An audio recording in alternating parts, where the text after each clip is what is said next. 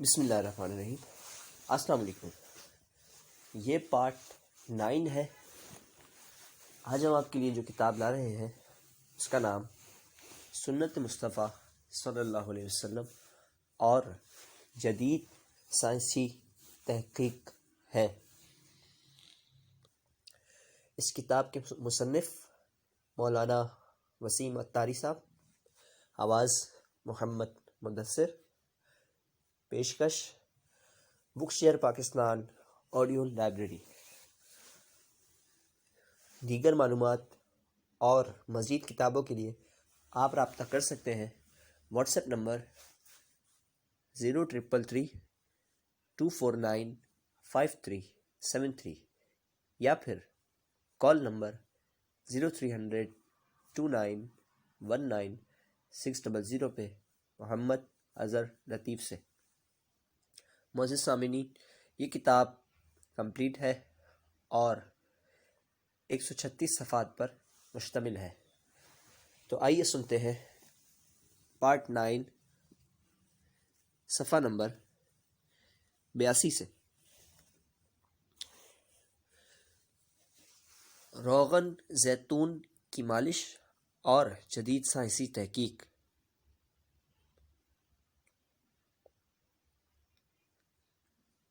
حدیث شریف، حضرت علقمہ بن عامر رضی اللہ تعالیٰ عنہ سے روایت ہے، سرکار پاک مدینے کے تاجدار صلی اللہ علیہ وسلم نے فرمایا کہ تمہارے لیے زیتون کا تیل موجود ہے، اس سے کھاؤ اور بدن پر مالش کرو، کیونکہ یہ بواسیر میں فائدہ دیتا ہے۔ ریفرنس ابو نعیم۔ حدیث شریف نمبر 2، سرکار مدینہ سرور قلب و سینہ، فیض گنجینہ، صاحب معطر پسینہ صلی اللہ تعالیٰ علیہ وسلم نے ارشاد فرمایا، زیتون کا تیل کھاؤ اور لگاؤ، کیونکہ اس میں 70 بیماریوں سے شفا ہے، جس میں ایک کوڑ ہے۔ ریفرنس ابن ماجہ شریف۔ جدید سائنسی تحقیق۔ جسم کی مالش سے طاقت اور قوت بڑھتی ہے۔ یہ ایک ایسا راز ہے جو ہمارے ملک کے جہلاء کو بھی معلوم ہے۔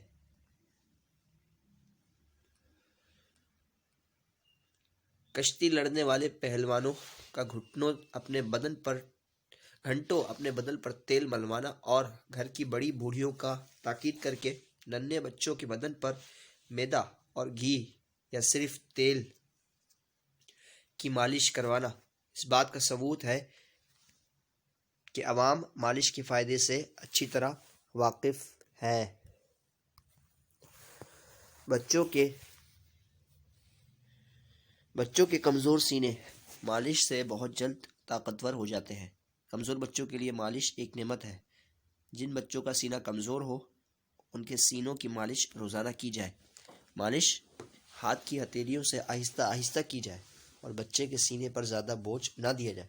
کمزور بچوں کے لیے مچھلی کا تیل یا روغن زیتون کی مالش بہت مفید ہے۔ مالش سے خشکی دور ہوتی ہے، جسم مضبوط اور خوبصورت ہوتا ہے۔ سر میں تیل کی مالش سے بال بڑھتے ہیں، آنکھ اور دماغ کو تقویت حاصل ہوتی ہے۔ پاؤں اور ہاتھ کے تلووں پر مالش کرنے سے بینائی تیز ہوتی ہے۔ مالش کے لیے گائے کا گھی، بادام، روغن زیتون اور سرسوں کا تیل خصوصاً کچی گھانی کا تیل مفید ہے۔ مالش سے خشکی دور ہوتی ہے، بلغم، خون اور گرمی کا اعتدال پیدا ہوتا ہے اور تھکان دور ہوتی ہے۔ جسم خوبصورت بنتا ہے اور طاقت حاصل ہوتی ہے۔ سر میں تیل کی مالش سے دماغ اور آنکھوں میں طراوت آتی ہے، بینائی میں اضافہ ہوتا ہے، بال بڑھتے ہیں اور نیند اچھی آتی ہے۔ ہاتھ اور تلووں کی مالش سے بھی نگاہ تیز ہوتی ہے اور کم خوابی کی شکایت دور ہوتی ہے۔ مالش سارے جسم پر کرنی چاہیے، خصوصاً سر، ناف، ہاتھوں اور پاؤں کے تلووں پر تیل کی مالش۔ ناک اور کان میں تیل ڈالنا بے حد مفید ہے۔ بخار، کھانسی، دمہ اور قے کے مریض مالش نہ کریں۔ ورلڈ میڈیکل کانفرنس کے صدر رائٹ آنریبل ڈاکٹر سر ولیم اولسر نے اپنی تقریر میں مالش کے متعلق کہا، مالش علم حکمت کی ایک جدا شاخ ہے۔ یہ طریقہ علاج قانون قدرت کے عین مطابق ہے۔ دوسرے علاجوں کی طرح اس میں کوئی بناوٹ نہیں ہے، اس لیے اس میں نقصان کا کوئی اندیشہ نہیں۔ مالش سے یقیناً تندرست انسان کی خوبصورتی اور جوانی اور مریض کو تندرستی حاصل ہوتی ہے۔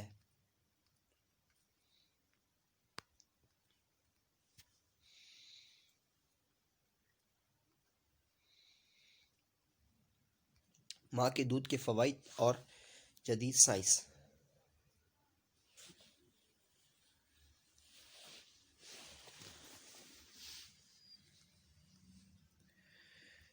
ماں کے دودھ کے فوائد اور جدید سائنسی تحقیق۔ ماہرین نفسیات کے مطابق ماں جب بچے کو دودھ پلاتی ہے تو غیر محسوس لہریں دودھ کے ساتھ ساتھ منتقل ہوتی رہتی ہیں، اور یہی لہریں بچے اور ماں کے درمیان محبت، خلوص اور احترام کا باعث بنتی ہیں۔ سوچنے کی بات ہے کہ جس بچے کو ماں دودھ نہ پلائے بلکہ مصنوعی دودھ یعنی ڈبے کا دودھ پلائے، خادمہ اور آیا اس بچے کو گود میں لے اور بچے کی پرورش کرے حتیٰ کہ بچہ بڑا ہو کر جوان ہو جائے، تو جس بچے نے ماں کے دودھ کی شیرینی اور محبت حاصل نہ کی، ماں کی گود کا انس اور گرمائش حاصل نہ کی ہو، اس بچے سے ماں کی محبت اور والدین کے احترام کی توقع کیسے کی جا سکتی ہے؟ یورپی صبح صبح بستے لٹکائے بازار سے ٹوسٹ اور برگر لے کر کھاتے جاتے ہیں اور اسکول کے لیے دوڑتے جاتے ہیں۔ آج کل بالکل یہی کیفیت پاکستانی اونچے گھرانوں کی ہو گئی ہے۔ جو ماں بچے کو اپنے ہاتھ سے پکا ہوا ناشتہ نہ کھلائے، وہ اس سے کس طرح احترام، ہمدردی اور خدمت کی توقع کر سکے گا؟ بہرحال ماں کا دودھ بچے کی تندرستی اور صحت کے لیے عظیم نعمت ہے۔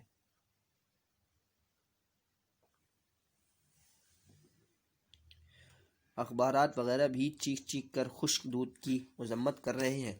یاد رکھیں، ماں کو قدرت نے دودھ دیا ہوتا ہے۔ ہزاروں میں کم ایسے کیس ہوتے ہیں کہ ماں کا دودھ کم ہوتا ہے، حالانکہ وہ بھی علاج کے ذریعے درست ہو سکتا ہے۔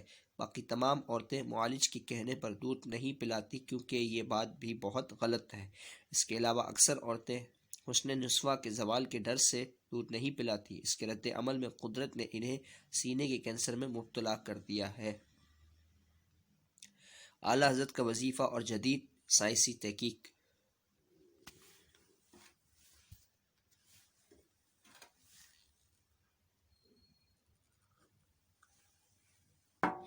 اعلیٰ حضرت امام اہل سنت مولانا شاہ امام احمد رضا خان فاضل بریلوی رحمۃ اللہ علیہ فرماتے ہیں کہ جو شخص فطر کی پہلی رکعت میں سورہ فاتحہ کے بعد سورہ نصر اور دوسری رکعت میں سورہ فاتحہ کے بعد سورہ لہب اور تیسری رکعت میں سورہ فاتحہ کے بعد سورہ اخلاص پڑھے گا تو وہ شخص دانتوں کی تمام بیماریوں سے محفوظ ہو جائے گا۔ جدید تحقیق کہ میرا بھی تجربہ رہا ہے، مجھے یہ وظیفہ معلوم نہ تھا۔ ایک دن میرے دانتوں میں شدید درد ہوا، مجھے دن میں کسی نے اعلیٰ حضرت کا وظیفہ بتایا۔ میں نے نیت کی کہ رات کو عشاء میں وتر کی رکعتوں میں یہ عمل کرنا ہے۔ میں نے وتر کی 3 رکعتوں میں یہ عمل کیا، الحمدللہ سلام پھیرنا تھا کہ سارا درد جاتا رہا۔ آج 6 سال گزر چکے ہیں، دانتوں کا درد نہیں ہوا۔ میرے پیر و مرشد امیر اہل سنت حضرت علامہ شاہ تراب الحق قادری مدد العالی ایک مرتبہ فرما رہے تھے کہ آج سے کئی برس پہلے میں افریقہ کے تبلیغی دورے پر تھا۔ میں تنزانیہ گیا۔ تنزانیہ افریقہ کا ایک شہر ہے۔ وہاں میری ملاقات ایک ڈینٹسٹ سے ہوئی۔ ڈینٹسٹ کے پاس ایک آلہ ہوتا ہے جس سے وہ دانتوں پر مار کر بتا دیتے ہیں کہ آپ کے دانت کتنے مضبوط ہیں۔ چنانچہ اس ڈینٹسٹ نے میرے دانتوں پر آلہ مارا اور مجھے کہنے لگا کہ مولانا، اس عمر میں آپ کے دانت اتنے مضبوط ہیں، آپ کیا کھایا کرتے ہیں؟ آپ فرماتے ہیں کہ میں نے اس ڈینٹسٹ سے کہا کہ میرے شیخ نے مجھے یہ وظیفہ بتایا، یعنی وتر کی نماز والا طریقہ، جو یہ پڑھے گا 100 سال کی عمر تک گنا کھائے گا، اتنے مضبوط دانت ہو جائیں گے۔ ڈینٹسٹ نے کہا مجھے وہ وظیفہ لکھ کے دو، میں نے خود بھی اس پر عمل کروں گا۔ دانتوں کی بیماری ایسی ہے کہ آدمی کو اس کا درد نیند حرام کر دیتا ہے۔ پاکستان میں اس کا علاج کافی سستا ہے، امریکہ میں بہت مہنگا علاج ہے۔ اس کا اندازہ اس بات سے لگائیں کہ امریکہ والے کہتے ہیں کہ امریکہ میں اس کا علاج اتنا مہنگا ہے کہ جتنی رقم ڈالروں میں امریکہ میں دانتوں کے علاج پر خرچ ہوتی ہے، اس سے کم رقم ہم پاکستان آ جائیں علاج بھی کرواتے ہیں اور رشتہ داروں سے بھی مل کر واپس امریکہ چلے جاتے ہیں، پھر بھی رقم بچ جاتی ہے۔ وتر کی نماز والا وظیفہ ضرور اپنائیں، علاج آپ خود دیکھیں گے۔ زکوٰۃ دینے سے مال کا بڑھنا۔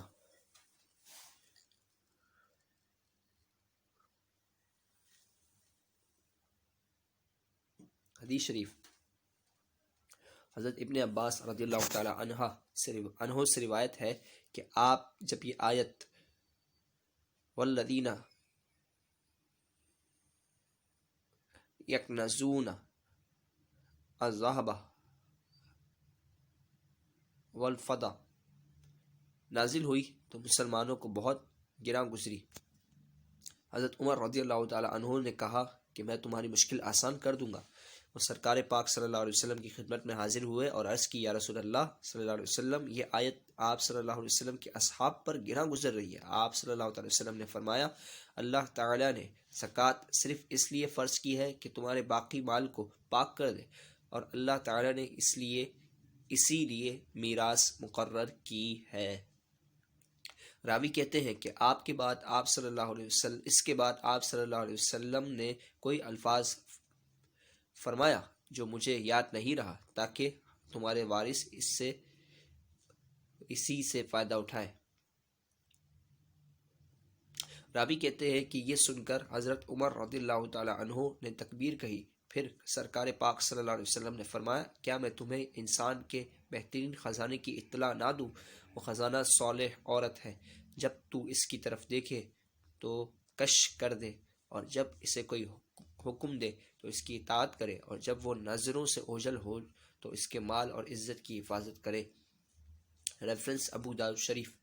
مشاہدات، یہ بات مشاہدے میں ہے کہ زکوٰۃ دینے سے مال بڑھتا ہے، کم نہیں ہوتا۔ مثلا آپ نے اس سال 10,000 روپے زکوٰۃ نکالی تو آئندہ سال آپ 15,000 روپے زکوٰۃ نکالیں گے۔ یہ باقاعدہ تجربات اور مشاہدات میں ہے، اس بات کو کوئی نہیں جھٹلا سکتا۔ اس کے علاوہ اگر آپ پابندی سے زکوٰۃ نکالتے ہیں تو آپ کا مال کسی غلط جگہ ضائع نہیں ہوگا، اور مال تباہی اور بربادی سے بھی بچ جائے گا۔ یہ آپ سب جانتے ہیں، مگر اخلاص ضروری ہے۔ تجارت کے معاملات۔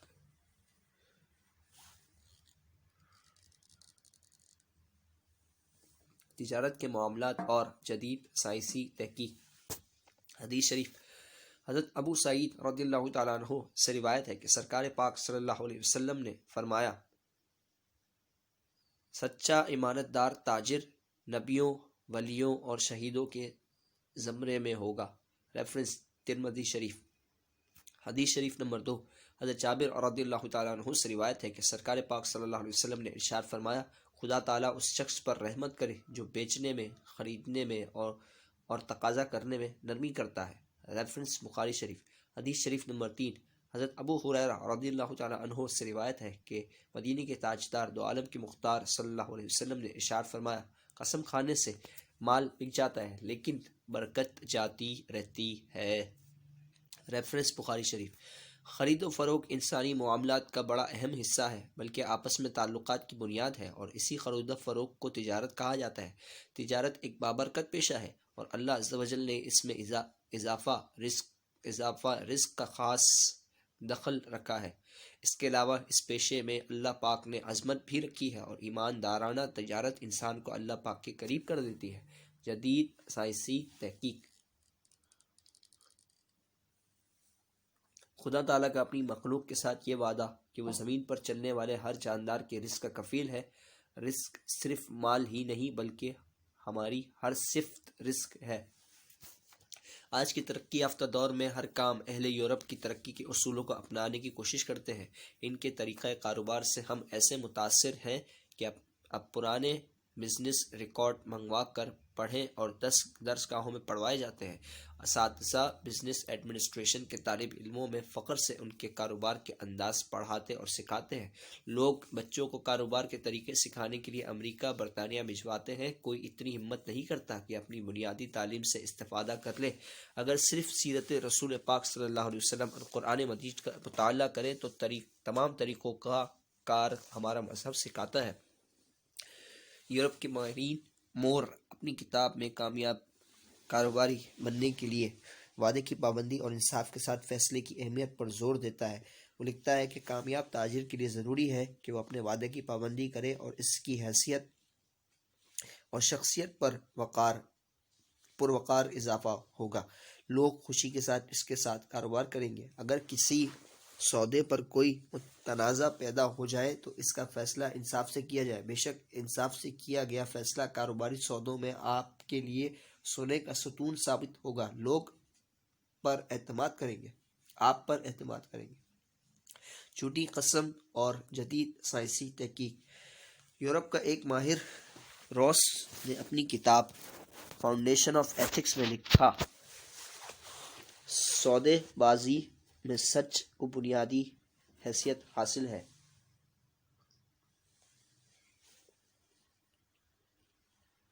دوسرے کو وہی مال دیجیے جس سے آپ کے کارکن کو جاب سیٹسفیکشن ہوگی تو آپ کو پروڈکشن بڑھے گی۔ آپ کی پروڈکشن بڑھے گی۔ اس میں ملازم کی عزت، اس کی اجرت وقت پر ادا کرنا شامل ہے۔ یہ بات ایک طویل ریسرچ اور سروے کی بنیاد پر کہی گئی ہے اور یہی بات ہمارے مذہب میں زور دے کر کہی گئی ہے۔ آج ہم اپنا مال کو بیچنے کے لیے کہہ دیتے ہیں خدا کی قسم یہ میڈ ان جاپان ہے، حالانکہ چائنا کا ہوتا ہے۔ قسم خدا کی 20 کی خرید ہے، حالانکہ 15 روپے میں ہم نے خریدا ہوتا ہے۔ یہ سب کہہ کر مال کو حرام کرنے کی کیا ضرورت ہے؟ کیا حلال طریقے سے نہیں کہہ سکتے؟ اس میں کم بچت ہے مگر برکت بہت ہے۔ یہی چیز جو ہم نے چھوڑ دی یورپین ممالک نے اپنا لی ہے۔ سور کا گوشت۔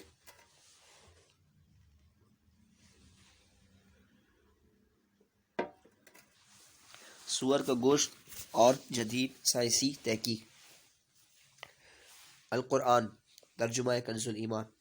اس نے یہی تم پر حرام کیے ہیں، مردار اور خون اور سور کا گوشت۔ 12:2 سورہ بقرہ آیت نمبر 173 کا کچھ حصہ۔ سائنسی تحقیق۔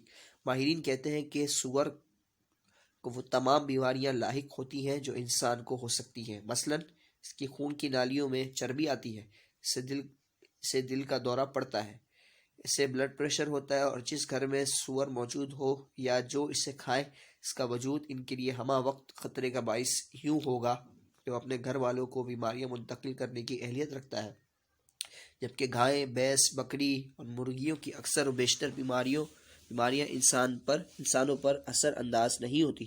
جیسا کہ میری تمام مرغیاں رانی کھیت کے متعدی بیماری سے مر سکتی ہیں، لیکن اس کے باوجود میرے اہل خانہ کو کوئی خطرہ نہیں ہوگا۔ جبکہ اس قسم کی بیماریاں سوروں میں پھیل جائے تو ان کو رکھنے والے کھانے والے محفوظ نہ ہوں گے۔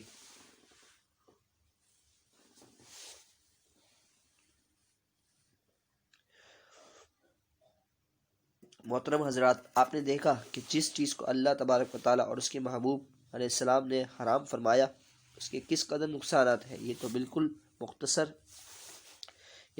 مختصر کھلے ہیں۔ ہر مسلمان کو حرام چیزوں سے بچنا چاہیے جس کو اللہ اور اس کے محبوب نے حرام فرمایا۔ مردار خون، جھٹکے کا گوشت۔ مردار خون اور جدید سائنسی تحقیق۔ سورہ بقرہ میں مردار خون بھی حرام قرار دیا گیا ہے، یقیناً پھر اس میں نقصان اور مضر صحت ضرور ہوگا۔ آئیے دیکھتے ہیں اس کے سائنسی پہلو کیا ہے۔ مرنے کے بعد جانور کا پوسٹ مارٹم کرنے کے باعث موت کا پتہ چلایا جا سکتا ہے۔ بیماری کا پتہ چلنے کے بعد یہ بھی پتہ چل سکتا ہے یہ بیماری کھانے والے کو متاثر کر سکتی ہے یا نہیں۔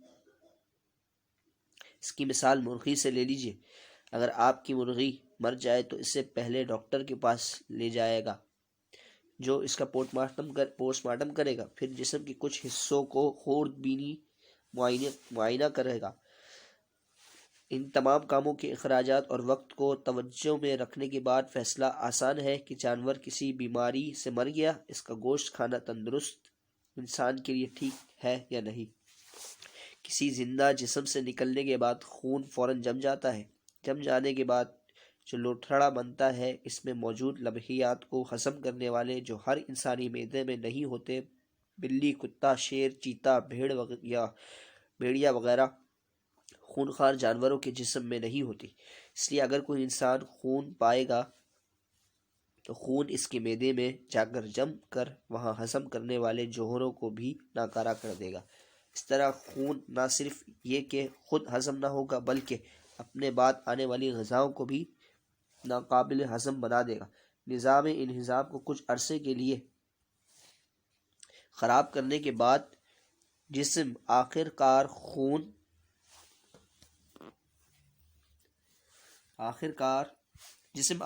خون کو باہر نکال دیتا ہے۔ عین ممکن ہے کہ اس عمل کے دوران کولنج کی شکایت بھی پیدا ہو جائے۔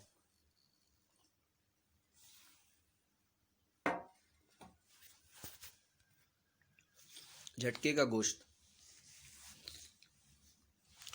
جھٹکے کا گوشت کسے کہا جاتا ہے؟ باہر ممالک مثلاً یورپی ممالک میں ایک بڑا سا کمرہ ہوتا ہے۔ وہاں وہ لوگ جانوروں کو اکٹھا کرتے ہیں جس طرح گائے ہے۔ وہ لوگ مشینی پیٹی لگا دیتے ہیں جس پر کوئی چیز کھڑی کر دی جائے تو اسے چلنا نہ پڑے۔ اس طرح قطار در قطار جانور آتے ہیں۔ وہاں کونے پر ایک ہتھوڑے کی مانند چیز لگی ہوتی ہے، وہ سیدھے جانور کے سر پر لگتی ہے جس سے جانور فوراً چکرا کر گر جاتا ہے۔ ایک چھری بلیڈ کی مانند لگی ہوتی ہے۔ جانور کے چکراتے ہی وہیں موجود آدمی بٹن دباتا ہے اور وہ چھری سیدھے گائے یا کسی جانور کی گردن پر لگتی ہے اور وہ وہیں کاٹ دیا جاتا ہے۔ نیو یارک کے یہودی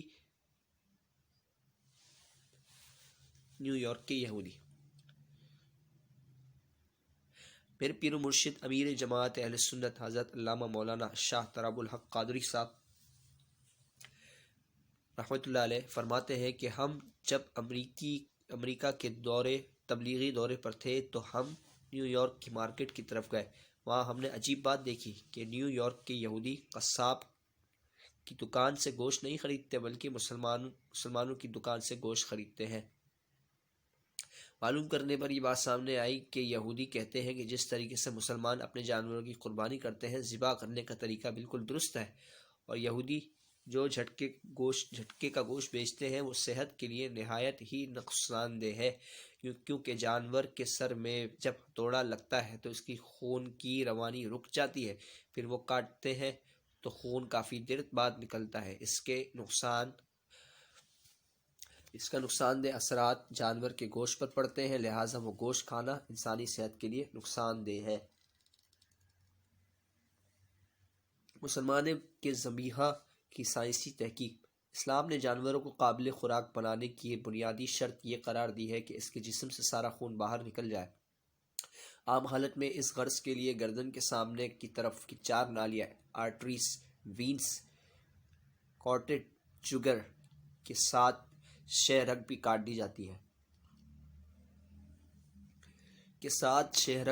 دی جائے۔ اس عمل کی وجہ سے جانور فوراً بے ہوش ہو جاتا ہے۔ دل سے سر کو جانے والی دونوں شریانیاں اور وردے کٹ جانے سے خون تیزی سے نکلتا ہے اور وہ تڑپنے لگتا ہے، کیونکہ دماغ کا جسم کے عضلات سے تعلق حرام مغز کی معرفت قائم رہتا ہے۔ جانوروں کے بازو اور ٹانگیں زور سے ہلتی ہیں تو ان کے آخری کناروں میں رکا ہوا خون بھی وہیں سے نکل جاتا ہے۔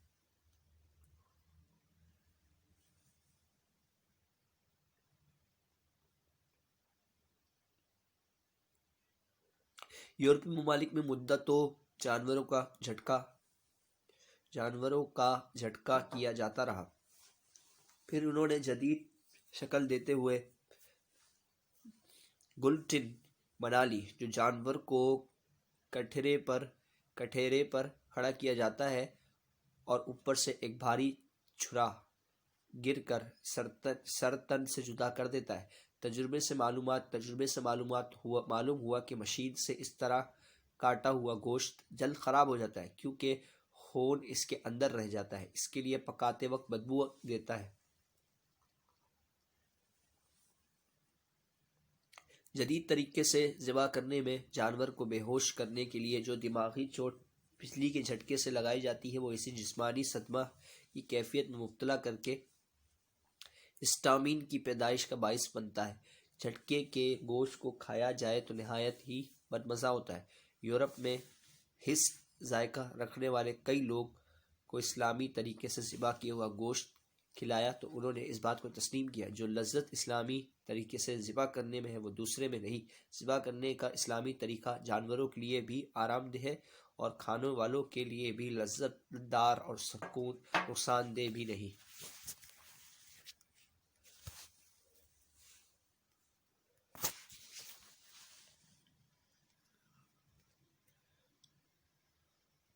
مریض کی عیادت اور جدید سائنسی انکشافات۔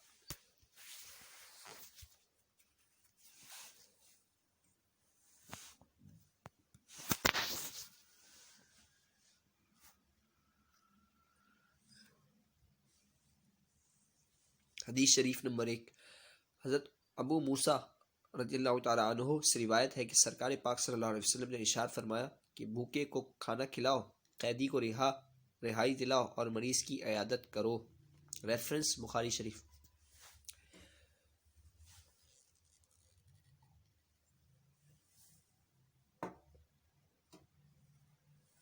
حدیث شریف نمبر 2، حضرت ثوبان رضی اللہ تعالیٰ عنہ فرماتے ہیں کہ سرکار پاک صلی اللہ علیہ وسلم نے مجھے سنایا، جب کوئی مسلمان اپنے کسی مسلمان بھائی کی عیادت کو جاتا ہے تو وہ لوٹتے وقت تک جنت کے باغات میں میوہ خوری میں رہتا ہے۔ ریفرنس مسلم شریف۔ حدیث شریف نمبر 3، حضرت عمر رضی اللہ تعالیٰ عنہ سے روایت ہے کہ سرکار پاک صلی اللہ علیہ وسلم نے فرمایا کہ جب مریض کی عیادت کے لیے جاؤ تو اس سے اپنے لیے دعا کرواؤ کیونکہ اس کی دعا فرشتوں کی دعا ہے۔ ریفرنس ابن ماجہ۔ حدیث شریف نمبر 4، حضرت جابر بن عبداللہ رضی اللہ تعالیٰ عنہ سے روایت کہ سرکار پاک صلی اللہ علیہ وسلم نے ارشاد فرمایا کہ جب کوئی شخص مریض کی عیادت کے لیے جاتا ہے تو وہاں پر دریائے رحمت میں اس وقت تک بیٹھا رہتا ہے جب تک وہ وہاں رہا، بلکہ وہ اس دوران دریا میں ڈبکیاں لگاتا ہے۔ ریفرنس امام مالک، امام احمد۔